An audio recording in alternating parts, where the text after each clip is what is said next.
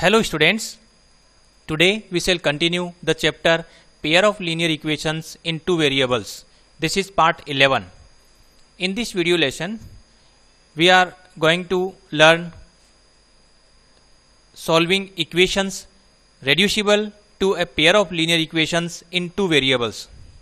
कुछ ऐसी equations होती है जो pair of linear equations की फॉर्म में तो नहीं होती, लेकिन suitable substitutions की मदद से हम उन्हें पेयर ऑफ लीनियर इक्वेशंस में कन्वर्ट कर सकते हैं। तो ऐसी इक्वेशंस को हम आज सॉल्व करना सीखेंगे। सूटेबल सब्स्टिट्यूशन करके पहले उन्हें हम पेयर ऑफ लीनियर इक्वेशंस में कन्वर्ट करेंगे और फिर उन्हें हम सॉल्व करेंगे। तो ये सब कुछ हम एग्जाम्पल्स यानी कि क्वेश्चंस के माध्यम से सीखने वाले हैं। तो लीजिए क्वेश्चन लेते हैं। Solve the pair of equations 2/x + 3/y is equal to 13। एक है 5/x minus 4/y is equal to -2।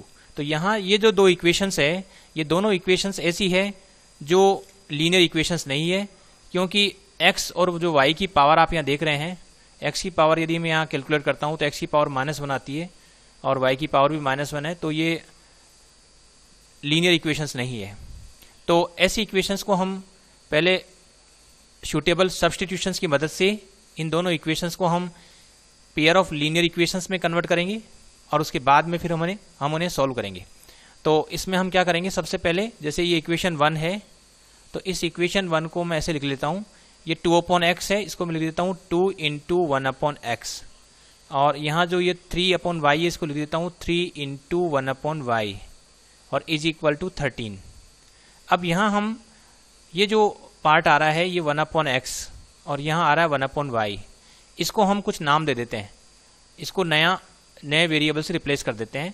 तो इसमें हम क्या करते हैं, let 1/x is equal to p और जो 1/y है इसको मैं q ले लेता हूँ। जैसे ही मैं ये इस इक्वेशंस में जो ऊपर इक्वेशंस लिखी है, इस इक्वेशंस में ये सब्स्टिट्यूशन करता हूँ तो ये जो इक्वेशंस है ये इसमें रिड्यूस हो जाएगी। ये तो मैंने लेट किया है और जब ये अजम्पशन इसमें हम सब्स्टिट्यूट कर देते हैं तो ये इक्वेशंस कन्वर्ट हो जाएगी 2p + 3q is equal to 13। तो एक इक्वेशन हमारे पास ये बन गई है और इसमें हमें पता 1/x को हमने p कहा है और 1/y को हमने q कहा है। और इस इक्वेशंस को हम नया नाम देते हैं, let us suppose it is equation number 3। और now this equation is a pair of linear equations in two variables. p और q यहाँ पर वेरिएबल है और इनकी जो पावर है, यदि मैं इनकी पावर देखूँ तो डेफिनेटली इनकी जो पावर है वो 1 है। इसकी p की पावर भी 1 है और q की पावर भी 1 है। तो अब ये लीनियर इक्वेशन हो गई है। तो ये सूटेबल सब्स्टिट्यूशन हमने किया है। 1/x को हमने नया नाम दे दिया p और 1/y को हमने नया नाम दे दिया q।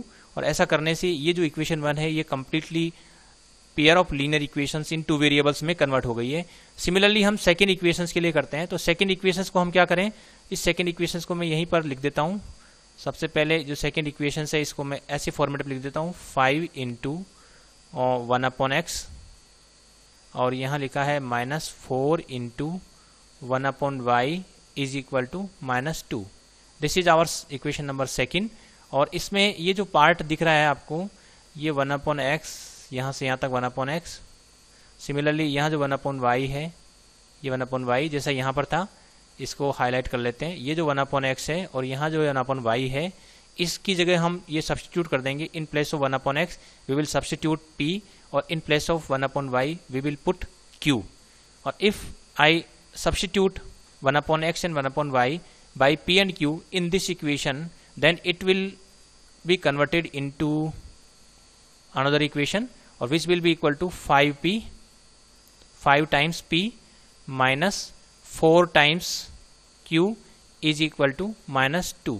तो ये इक्वेशन नंबर 2 जो है इसमें रिड्यूस हो गई है और ये रिड्यूस होने के बाद हमारे पास ये स्थिति आ गई है। रिड्यूस होने के बाद हमारे पास जो ये स्थिति आई है वो ये हो गई कि ये जो equation this one is converted into this equation.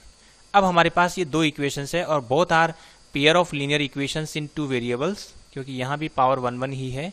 अब हमारा जो फोकस है पहले इन दो इक्वेशंस को सॉल्व करने का रहेगा और इनको सॉल्व करके हम p और q की वैल्यू फाइंड आउट करेंगे। और जब p और q की वैल्यू फाइंड आउट हो जाएगी फिर उनको हम यहाँ रख देंगे और इससे फिर हम x और y की वैल्यू फाइंड आउट कर लेंगे। तो सबसे पहले तो इन दोनों इक्वेशंस को हम फिर से लिख लेते हैं। 2p plus 3q is equal to 13। तो यहाँ लिख देता हूँ 2p plus 3q is equal to 13। This is our equation number 3। और इक्वेशन नंबर जो 4 थी वो थी 5p minus 4q is equal to -2। 5p minus 4q is equal to -2। ये हमारी सेकेंड इक्वेशन थी। ये इक्वेशन नंबर 4 हो गई। अब इन दोनों इक्वेशंस को हम सॉल्व करेंगे। तो पहले इनको चेक कर लेते हैं इक्वेशन सही है कि नहीं है। तो ये तो है 2p plus 3q is equal to 13। 2p plus 3q is equal to 13 है। इसके बाद है 5p minus 4q is equal to -2। 5p minus 4q is equal to -2। अब इन दोनों को सॉल्व करना है। अब इसके लिए हम एलिमिनेशन मेथड काम में लेंगे। और एलिमिनेशन मेथड में हम ये जो 3 और 4 है यहाँ पर हम इनको हाईलाइट कर लेते हैं। एक तो ये 3 है और यहाँ ये 4 है। तो हम क्या करेंगे, जो इक्वेशन नंबर हमारे पास इक्वेशन नंबर जो 3 है, इस इक्वेशन नंबर 3 को हम इस 4 से इंटू कर देंगे।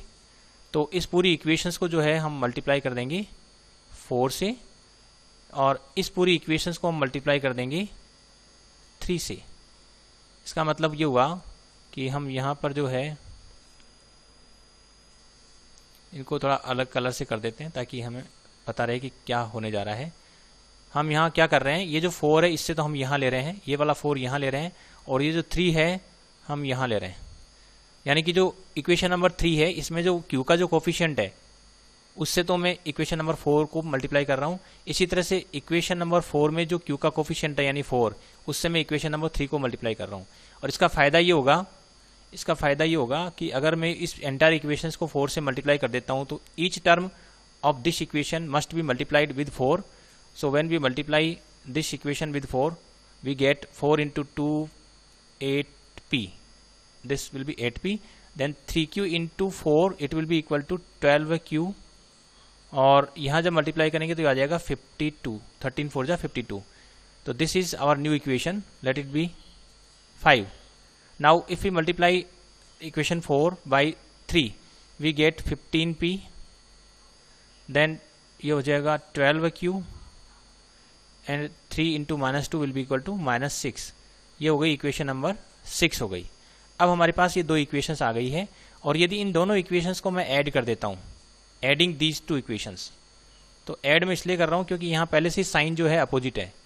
यदि मैं यहाँ साइन देखता हूँ तो इसका जो साइन है वो तो प्लस का है और इसका जो साइन है वो यहाँ पर माइनस का है। तो दोनों पहले से ही अपोजिट साइन के हैं।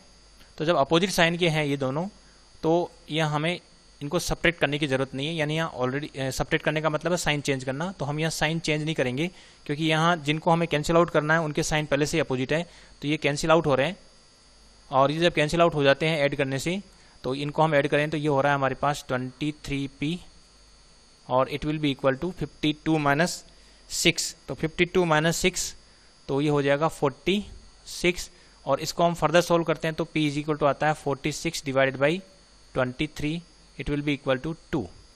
तो ये p की वैल्यू हम कैलकुलेट कर चुके हैं। अब ये p की वैल्यू हम किसी भी इक्वेशंस पर रख सकते हैं। जैसे मान लीजिए मैं इक्वेशन नंबर 3 ले लेता हूँ, और इक्वेशन नंबर 3 हमारे पास है, ये वाली इक्वेशन है इक्वेशन 3, ये है 2p plus 3q is equal to 13। और इसमें यदि मैं p की वैल्यू पुट कर देता हूँ यहाँ से, ये जो p की वैल्यू आ रही है, इस p की वैल्यू को मैं यहाँ सब्स्टिट्यूट कर देता हूँ। और मैं सब्स्टिट्यूट कर रहा हूँ, ये जो p है ये मैं इस p की जगह वैल्यू पुट कर देता हूँ, क्योंकि ये जो p था इसकी वैल्यू हमारे पास 2 आ रही है, और ये 2 मैं यहाँ रख देता हूँ इन प्लेस ऑफ p।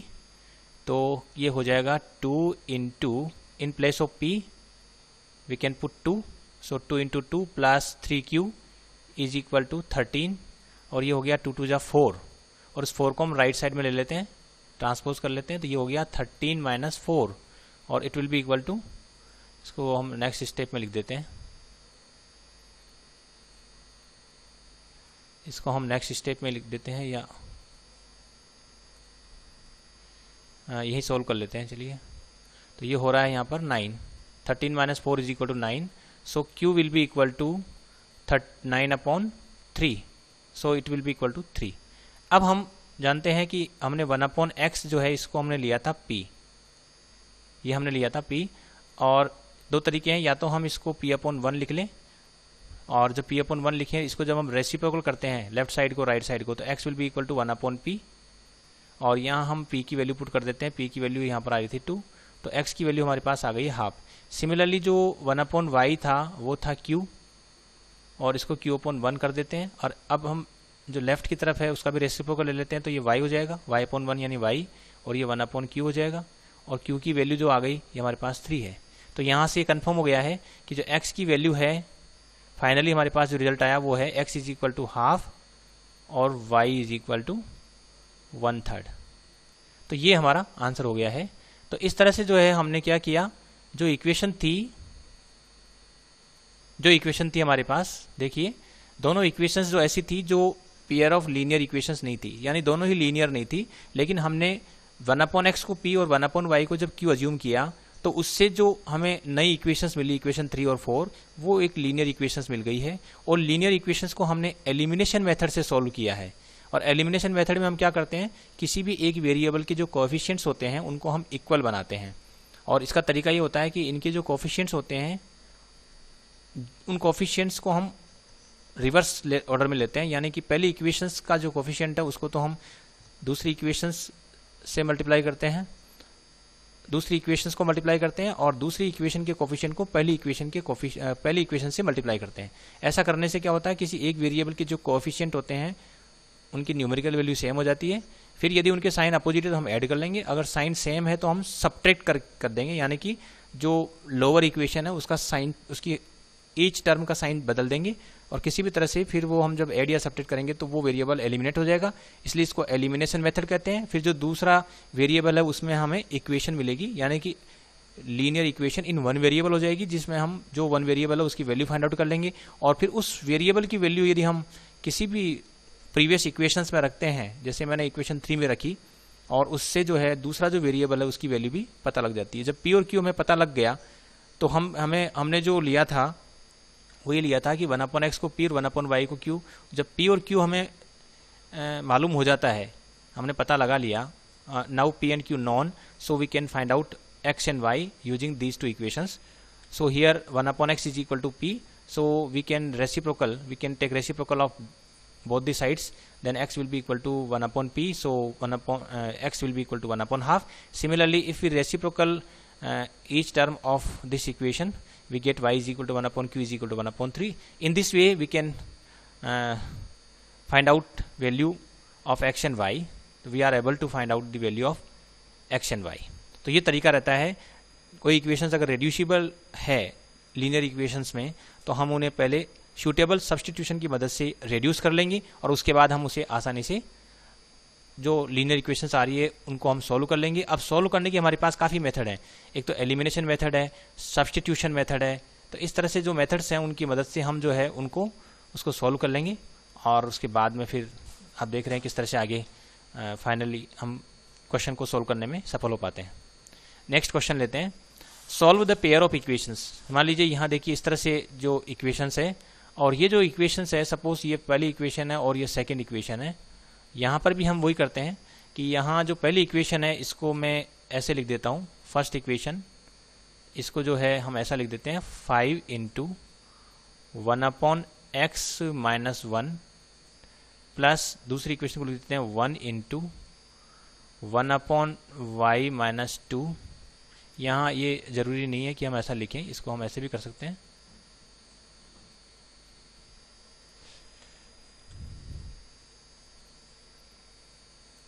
ये पहली इक्वेशन में तो हमने कर दिया 5 इंटू 1 अपॉन एक्स माइनस 1, और जो सेकंड इक्वेशन है उसको हम सीधे ही यही लिख देते हैं, जरूरत ही नहीं है 1 लिखने की, 1 टाइम्स ही है, और इज इक्वल टू यहाँ 2 हो गया। अब यदि इसमें भी हम वही करते हैं जो पहले किया, यानी ये जो पूरा पार्ट है इसको हम नया नाम दे देते हैं, और इस वाले पार्ट को भी हम नया नाम दे देते हैं, यानी इसको हम p कर देते हैं, इसको q कर देते हैं। जैसे पहले 1 अपॉन एक्स को p कहा था, अब की बार हम 1 अपॉन एक्स माइनस 1 को p कर देंगे, और 1 अपॉन वाई माइनस 2 इसको हम q कर देंगे।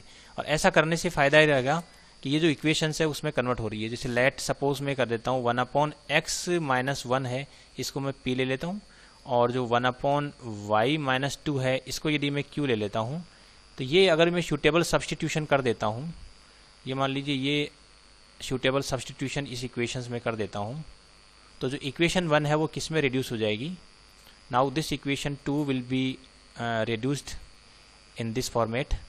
इसको मैं इधर ही लिख देता हूँ.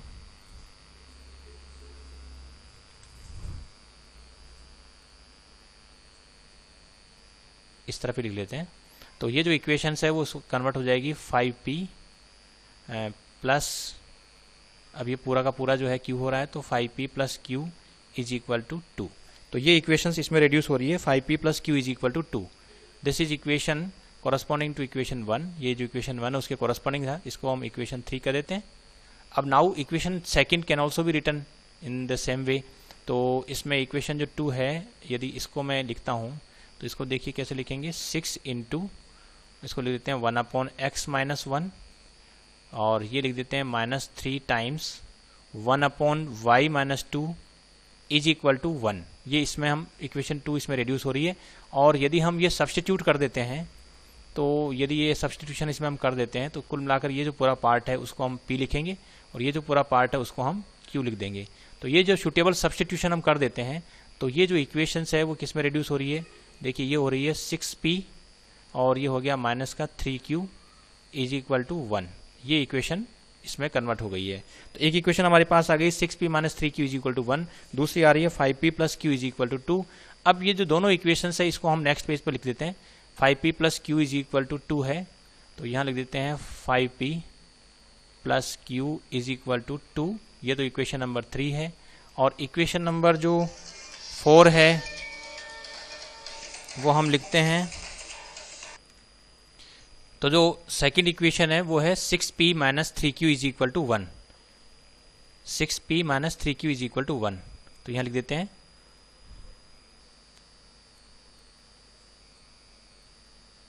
6p minus 3q is equal to 1. This is equation number 4. तो इसको चेक कर लेते हैं. पहले तो 5p plus q is equal to 2. This is equation number 3. ठीक है. और फिर है 6p minus 3q is equal to 1. तो यहाँ भी 6p minus 3q is equal to 1. तो दोनों इक्वेशन सही हो गई. अब हमें इन्हें सॉल्व करना है, और इसको हम एलिमिनेशन मेथड से ही सॉल्व करेंगे, क्योंकि सबसे बढ़िया मेथड है ये. इसमें हम क्या करते हैं कि यहाँ पर जो q का जो कोफिशिएंट है यहाँ इसमें 3 है और यहाँ पर नहीं है, तो हम इस q के इस जो 3 है ना, इस 3 से हम इस इक्वेशन 1 को मल्टीप्लाई कर देते हैं. इस इक्वेशन 1 जो है उसको हम 3 से मल्टीप्लाई कर देते हैं. उसका ये फ़ायदा रहेगा कि if this equation is multiplied with 3, तो इसको हमें कुछ नहीं करना, यहाँ 3q करते ही ये इनके कोफिशिएंट सेम हो जाएंगे. तो जैसे equation 3 is multiplied by 3, what we get 3 5 जा 15p, और ये हो जाएगा प्लस का 3q इज इक्वल टू 6. तो इसको हम नया नाम देते हैं इक्वेशन नंबर 5. और इक्वेशन नंबर 4 को हम किसी से मल्टीप्लाई नहीं करते हैं. इक्वेशन 4 जो है इसको हम किसी से मल्टीप्लाई नहीं करते. ये जो 3 है वो यहाँ से लिया है, ये जो 3 है यहाँ वो यहाँ से लिया है. इससे फ़ायदा ये रहा कि इसका जो कोफिशिएंट है q का कोफिशिएंट, इक्वेशन नंबर 4 के जो q का कोफिशिएंट है, दोनों सेम हो गए. और जब ये सेम हो जाते हैं और दोनों चूँकि अपोजिट साइन के भी हैं, दोनों अपोजिट साइन के भी हैं, तो अब हम ये दोनों यहाँ पर डेफिनेटली जब हम ऐड करेंगे तो ये दोनों टर्म कैंसिल हो रही है. जब हम इनको ऐड करते हैं तो ये टर्म कैंसिल हो रही है, और यहाँ हम जब ऐड करेंगे तो ये हो जाएगा 15 और 6, ये दोनों के सेम साइन है, तो ये होगा 21p इज इक्वल टू 7. तो यहाँ से p की वैल्यू आ जाएगी 7 अपॉन 21, दैट इज 1 अपॉन 3. 7 3 जा 21. तो यहाँ p की वैल्यू निकल चुकी है. और जब p की वैल्यू हम किसी भी एक इक्वेशन में रख देते हैं तो सबसे बढ़िया ये इक्वेशन नंबर 3 लग रही है. तो इक्वेशन नंबर जो 3 है इसमें हम p की ये वैल्यू सब्स्टिट्यूट कर देंगे. तो इक्वेशन 3 है 5p plus q is equal to 2, और यहाँ जो p की वैल्यू आई हमारे पास, ये p की वैल्यू हमारे पास आई थी 1/3. इस 1/3 को हम इस p की जगह रख देंगे. तो इस p की जगह हम ये वैल्यू सब्स्टिट्यूट कर देते हैं. तो यहाँ हो जाएगा 5 इंटू p. p मीन्स 1/3, तो यहाँ कर देते हैं 1/3. ये हो गया q इज इक्वल टू 2. तो ये आ रहा है हमारे पास q इज इक्वल टू, ये तो 2 है तो इसको 2/1 कर देते हैं. और ये जो 5/3 आ रहा है इसको पूरा मल्टीप्लाई करने पर, तो ये 5/3 हम राइट साइड में ले लेते हैं, तो ये हो जाएगा 5/3. और इसको हम फर्दर सॉल्व कर सकते हैं एलसीएम लेके. 3 एलसीएम लेते हैं तो 3 2 6 माइनस 5, ये आ रहा है 1/3. तो यहाँ से हमें पता लग रहा है कि जो p है उसकी वैल्यू आ गई हमारे पास 1/3. लेकिन p itself is 1/x minus 1, ये हमने लिया था.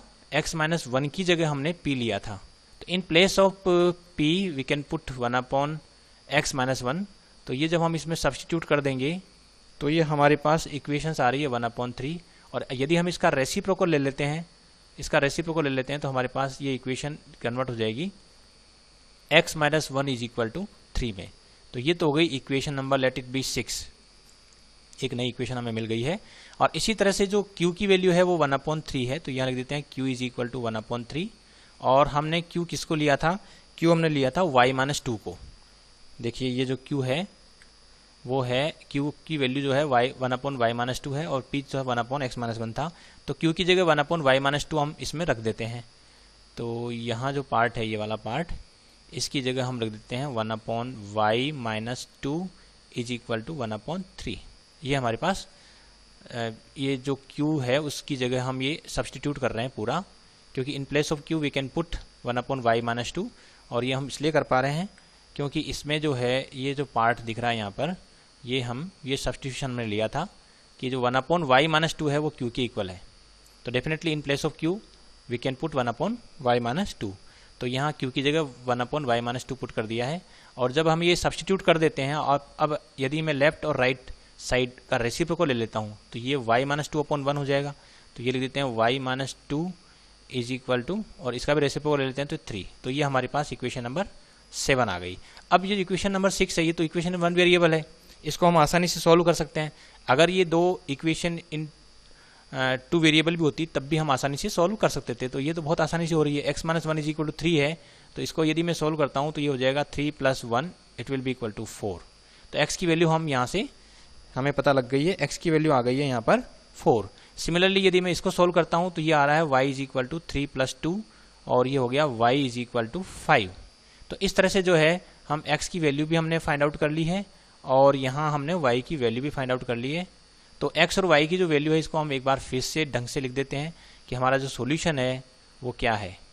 तो solution is x = 4 and y = 5। This is the solution of our equation. तो ये जो सॉल्यूशन है इसको मैं यहाँ हाईलाइट कर देता हूँ, दिस इज द सॉल्यूशन। तो इस सॉल्यूशन तक हम कैसे पहुँचे, एक बार फिर से रिकॉल कर लेते हैं कि ये हमें दो इक्वेशंस दे रखी थी। हमने क्या किया, सबसे पहले इनको इस तरह से सूटेबल फॉर्मेट में अरेंज किया ताकि 1/x - 1 को हम एक नया वेरिएबल दे सकें। इसी तरह से 1/y - 2 उसको हम नया वेरिएबल असाइन कर सकें। तो हमने p और q नाम दिए हैं। तो यदि हम 1/x - 1 को p और 1/y - 2 को q से रिप्लेस कर देते हैं तो ये दोनों जो इक्वेशंस है वो p और q में जो इक्वेशंस है, लीनियर इक्वेशंस है, उनमें कन्वर्ट हो जाती है। और जब p और q में जो लीनियर इक्वेशंस हमारे पास बन जाती है तो उसको हमने एलिमिनेशन मेथड से सॉल्व करके p और q की वैल्यू फाइंड आउट कर ली।